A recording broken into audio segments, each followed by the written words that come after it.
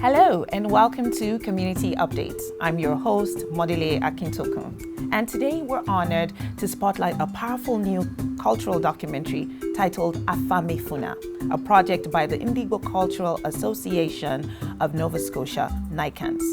It takes a deep dive into the concept of heritage, identity, and a sense of belonging. The film Áfàméfùnà means "May my name never be lost" in the Igbo dialect, originating from eastern Nigeria of West Africa. It's a fitting reflection of the community's commitment to preserving its legacy here in Canada. In the heart of every journey lies a name that must never be forgotten. Abraham Lincoln said, "You know an expert when an expert is able to summarize what he does in one word or one sentence." Being an African person of color. What you're taught is that we just popped out of nowhere. The Nigerian Biafra March. The war, it's something nobody should wish for anybody at all. The biggest culprit to all of this is education. So my father wanted to go to the thick of it to see real discrimination. A name echoing across time, wrapped in language, memory, and sacrifice. You help one person and let the chain extend and circle around.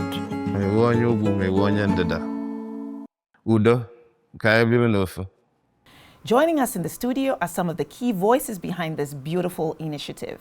They'll share the heart behind the film, what it means to the Igbo-Canadian community, and why cultural preservation matters so much more now than ever before. Gentlemen, you're welcome to the studio today. Thank you. May we get to meet you, please? So, thank you so much. My name is Dr. George Chimdimbara. I originally hail from Nigeria, from Imo State, Owerri, precisely in Imo State, Nigeria. And I'm still new to Canada, and I'm still new here, and I'm finding life here very interesting and very lovely. I'm pleased to be with you this morning. That's good to hear. Welcome, welcome. And you are? My name is Gochukwu Joseph Onyekwere, and I'm from the southern eastern part of Nigeria as well, Imo to be precise. Okay. And I'm a film director based in Halifax, Nova Scotia. Very nice to meet you both. Thank you. So, tell us about Áfàméfùnà. What's the history behind it? How did it come to be? Okay, thank you. I think the whole idea of having a documentary of Áfàméfùnà, I think I can trace the origin of this creation back to 2024, when we had a workshop. We presented a workshop, facilitated a workshop, myself and Ike Naupala, the Secretary General of the Association. Unpacking it, I said, do you know the summary of all what you were saying here is about Áfàméfùnà? Simply put, preserving our cultural identity, making sure that our voices, our vision, our identity, our culture, our traditions are not lost in the new society that we find ourselves. So the whole idea of Áfàméfùnà is about preserving our cultural identity, know where we are coming from and know where we are, because they say if you don't know your history, you don't know where you are today, and you can't project about your future. Such a powerful name, Áfàméfùnà. So, Joseph, what does that mean to you, that may my name never be lost? What would that mean to you personally?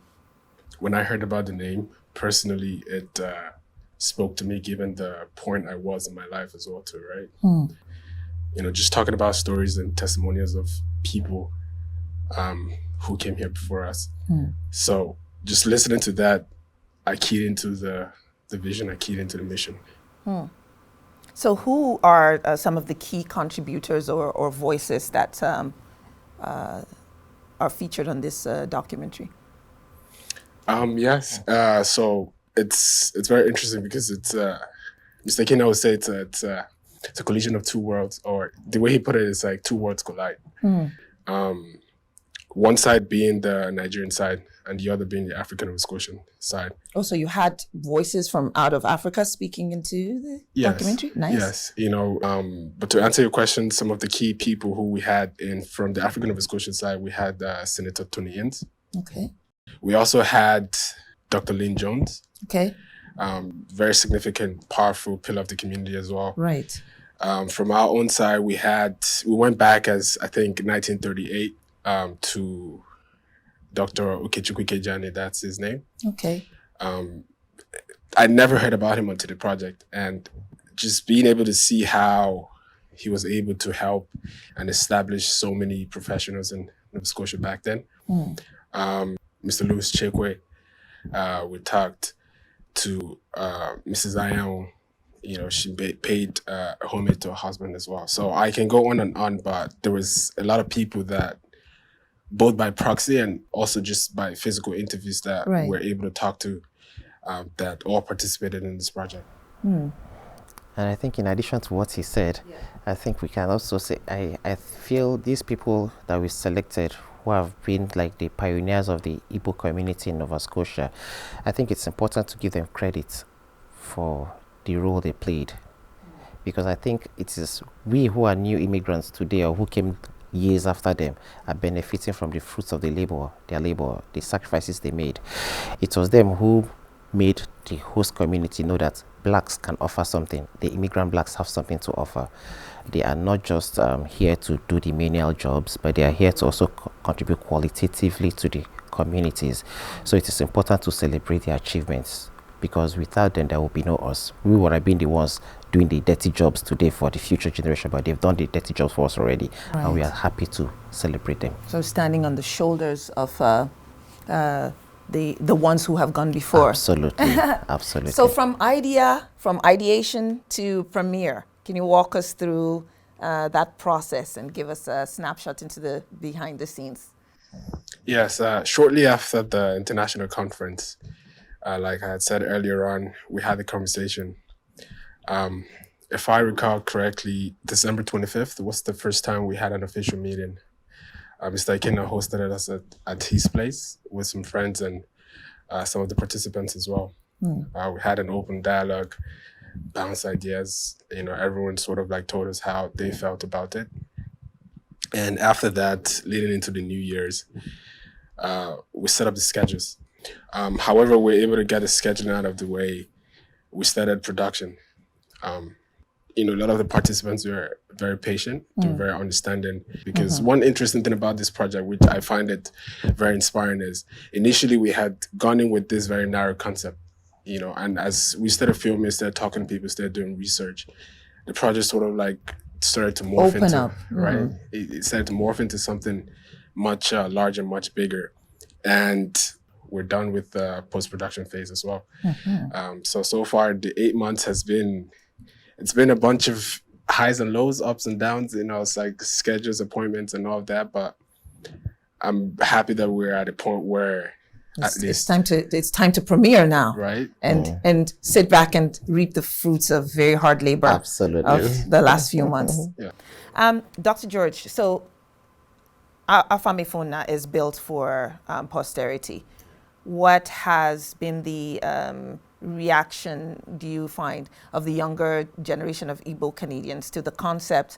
I'm assuming that they have been a part of this production. So I think the reception, the younger generation of Igbo-Canadians has been very positive.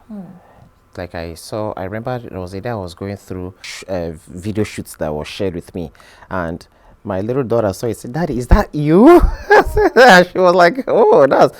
And then my neighbors' children, who are so Igbos, they saw this and they were so excited. They now started asking, "Are we going to have a summer camp for where we can meet our brothers and our friends?" And I was like, "Yes, we have that in mind." But they were excited to meet people from Nigeria, their fellow kids and kin, you know. So I was like, "Wow, this is really interesting." So if we had never brought about the conversation about Áfàméfùnà, I would have known that they also were so excited about meeting people and knowing more about their identity. So with regards to the aspects of the culture that you selected for the documentary, what would you say are the key aspects of culture or tradition that featured in Áfàméfùnà? Throughout the documentary, we ran through multiple themes. Okay.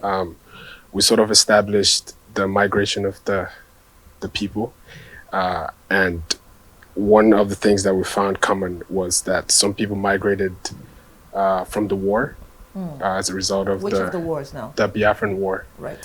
1967 to 1970. You know, for our viewers, this would be the Civil War in Nigeria, where the Igbo culture suffered quite a lot, you know, with regards to having been separated from the larger nation. Secession, Yes. A little bit of history that I remember there. Absolutely. Yeah. And that was very, very key, that we sort of like told the story or the origin of where these people came from. You know, we explored, you know, the family identities they had prior to coming down to this place, as well as marriage. We explored the thoughts of marriage as well. You know, we played with the concept of, you know, the narrative of sort of like arranged marriage, and, you know, the people, you know, introduction and references and all of that.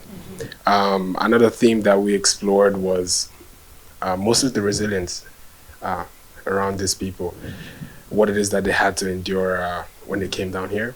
A lot of them faced different numerous challenges. Some of them lost, some of them came in as refugees, no status. A couple of them actually came in well off. And however, when they came down here, they still had to sort of like navigate, you know, through the system, right? So yeah, we explored religion as well too, talking about Okechukwu Ikejen, who came from a predominantly Catholic background. And while he was in the US studying, you know, he had encountered something that challenged his faith, an experience that challenged his faith.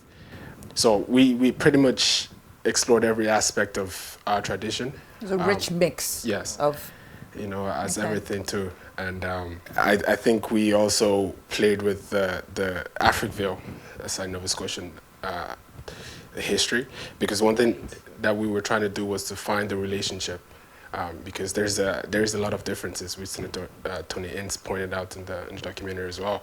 So we found those relationships, we emphasized on them, and also talked about how we can find resolutions, so we can all exist as one people. Which leads me to my next question, actually. In the context, you know, of the African Nova Scotians, you know, what would be the significance of, you know, cultural preservation? You know, you're trying to preserve a culture that comes right out of the continent. And then these are a people who originate from the continent but have never, you know, fully interacted, you know, with the continent for maybe 4 generations, you know. So what would you say is the significance of cultural preservation here in that context? Well, I think the significance of the cultural preservation here is that I know that the African Nova Scotians have been here for over 400 years. Yes. You know, and this is I think their stories can be called what we call the cultural assimilation. They've acclimatized, integrated into the host communities to the point that they no longer know exactly where they come from. I think if you want to trace with their origins, you have to check their DNA to say, okay, you are most likely from this part of the world, this part of Nigeria, this part of the, you know, community of, you know. So I think it's, for them, this is important to know that while we may have been here for over 400 years, we also have our brothers who are new and who are also here to support us in some way. Because I think the challenges they've gone through historically are also the challenges that you and me are facing today as well. You know, those challenges. Just in a different form. Yes. Yeah. Analogically speaking, while some of them might have reduced, some have been intensified in some ways, you know. So by way of analogy, they have suffered the main thing. And we are here now to benefit from the fruits of their labor, more or less. So I think this whole thing it shows that there's that correlation between the past and the present. So we try to integrate our identity and try to also appreciate who they are, and also tell them that we share the same historical cultures. Why they may not know our irigi per se, or those kin Ibanku in traditional marriages, you know, they also have their own forms of identity, a cultural identity that they have also preserved all through these years that they've been in Nova Scotia. So showing them a land or a section of a land in which they are all kings and queens. Exactly. They already know this. So we are just bringing it to limelight. And they also, yes, let somebody speak. Let our identities be, let our stories be told as well. And I'm sure this whole thing shows that we are one big united group.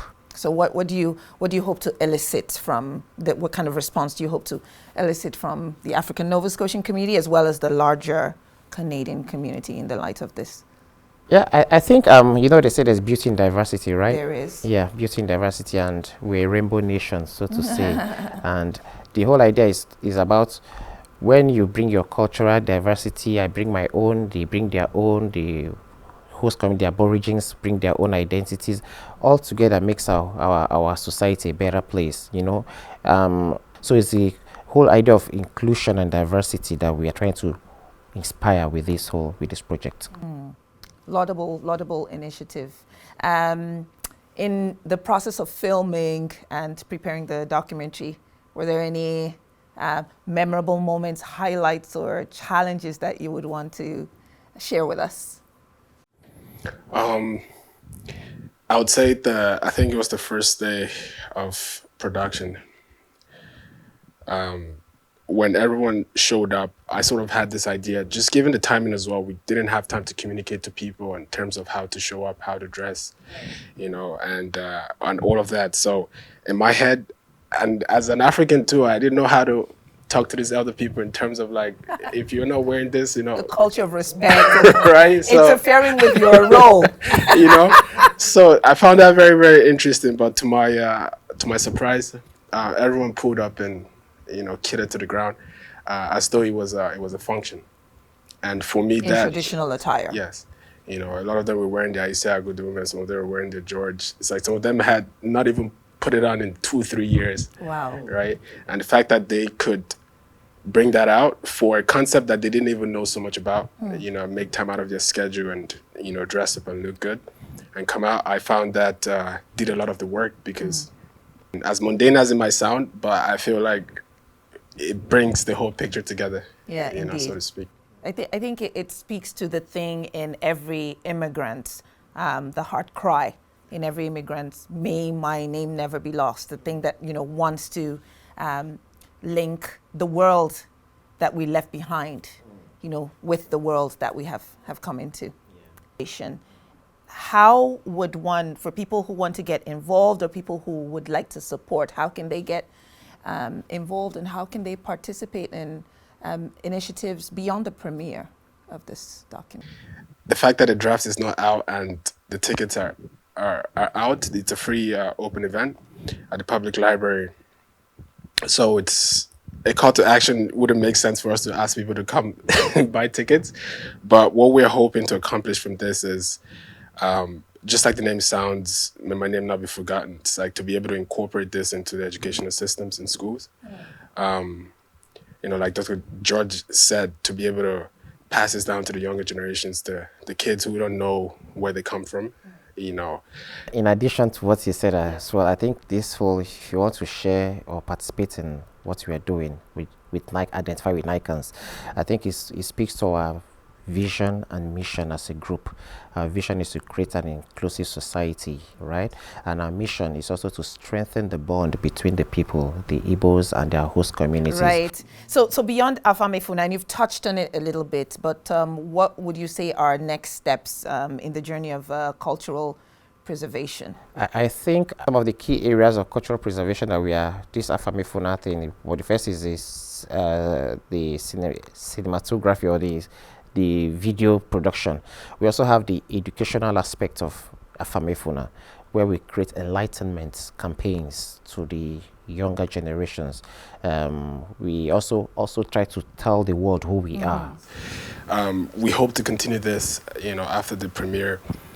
For this particular series, we explored those who came, I think it was from 1940 to 1989. The goal is to keep going in chunks like that until we're able to tell our own story. So there'll be other episodes. Yes. Right? Okay. Yes. So that's this is the first of many. So we're hoping that everyone receives it well, and we're able to get, the support and love, to keep on pushing this, because personally I feel, not even to the older generations, but to the younger people, I feel this is timeless. We're in a time where, everyone wants attention. So this is the right time to be able to put the good type of attention in front of, the young ones, if that makes sense. So, premiere details, when and where, and after the premiere, what are the opportunities to see Áfàméfùnà after premiere? Yes, so it's going to be happening at the Halifax Public Library. In Spring Garden, is that? Yes. Okay. August 8th. It's on a Friday, and I think the doors open, or I'm sure the door opens at 5 p.m. Okay. The unfortunate thing is that it's given the fact that it's a free ticket, so we have put out some link ahead of time, and we're out of space to accommodate more people. You're sold out already. Right. Congratulations. That's a good thing. Thank you. It is a good thing. We're thinking about curating a whole cultural experience, so it's not just a documentary. So we're going to have like preliminary events such as red carpet. There's going to be a live painting. There's going to be renditions, performances, the drummers, and to be able to pretty much get us ready to be able to consume this documentary piece. Like I said, the goal is to continue doing this. So there might be another screening, or we might even just put it on YouTube. Congratulations on this initiative. I'm sure you must feel elated to have conceived an idea and to be able to birth it to fruition. It must be very fulfilling. Okay, so any last words that you'd like to leave with us today? Yes, thank you very much for having us. It means a lot. We really appreciate the support. And we would also want to give a heartfelt thanks to our sponsors. We would love to thank WestJet, Nova Scotian government, Scribes and Shekel, and AFAC for all of the support, tremendous support that they have given this project, especially given that it's the first of its kind. Absolutely. I know it's very fulfilling given the kind of society we find ourselves. People work even on Sundays, Saturdays, midnight. You walk around the clock. So having people spare their time, their talents, their treasure to come and do this for us. People give money, people give time, people give talents and everything. So we appreciate this, and it shows that they too they've keyed into the project, into the idea, and we're really proud. Even community updates, we are so proud of you people too. Thank you for giving us your platform to tell our stories too. We are proudly associated. Anything that showcases the beauty and the culture of the continent, as well as of the people groups that we represent here. Absolutely. Thank you so much for spending time with us today. Yeah, you're welcome. Thank you. Well, if you'd like to learn more about the premiere of the film Áfàméfùnà, or how to support cultural initiatives like this one, we'll have all the details linked in the post below. Remember, names carry stories, and indeed, may our names never be lost. Thank you for watching Community Update. And if you haven't already, remember to subscribe to this channel for more content like this. I am Modele Akintokun. See you next time.